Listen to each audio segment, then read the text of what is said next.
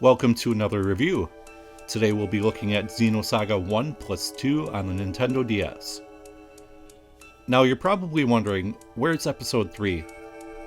Well, my guess is that since the PS2 series was going to be 6 games long, their original intention was to release 3 DS games with 2 episodes per game. Unfortunately, this game never left Japan and does not have an English translation, so I won't be able to comment too much on the story. It does seem like episode 1 is pretty much the same as the original, although episode 2 appears to change things up a bit. Because this is a DS game, the presentation of it is a little bit different than its PS2 counterpart.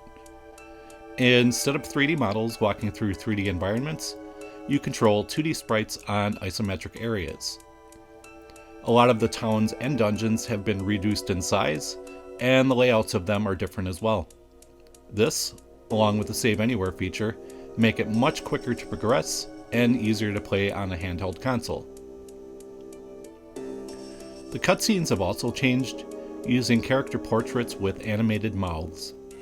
Most of these look fairly good, although I didn't care for Ziggy or Alan too much. Believe it or not, some of the FMV from the PS2 games actually made it in here. Of course, the clips are heavily compressed and last no longer than 10 seconds.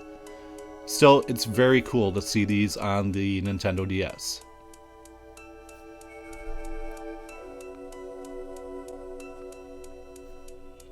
The combat in this game is somewhat similar to Episode 1's combat, with just a dash of Episode 2 and a few other changes. Characters stand on a 6x5 grid, with enemies getting one half and your party using the other.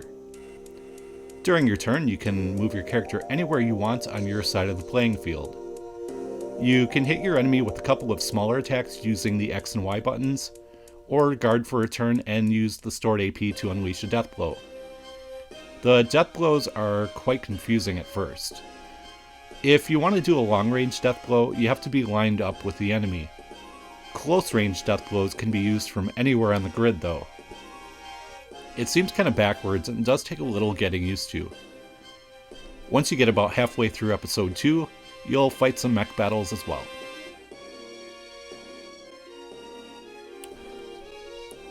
As you progress through the game, you will learn different battle formations. These will give you stat boosts by moving your characters to specific spots on the playing field. My favorite formation was the one that used Shion to give the party a regen effect. It made late game battles much easier. Some of the dungeons are missing from this portable version and were replaced with sub-story segments. You can choose to view these immediately, or watch them later via the UMN section of the main menu. It is worth checking them out at least once, since many will give you new weapons. The music in this game is decent, with a couple of really nice tracks.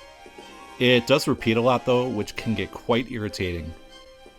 It seems like the game only has about 15 songs when you're playing it, but if you look in the bonus menu that pops up after beating it, you'll see that there are actually over 30.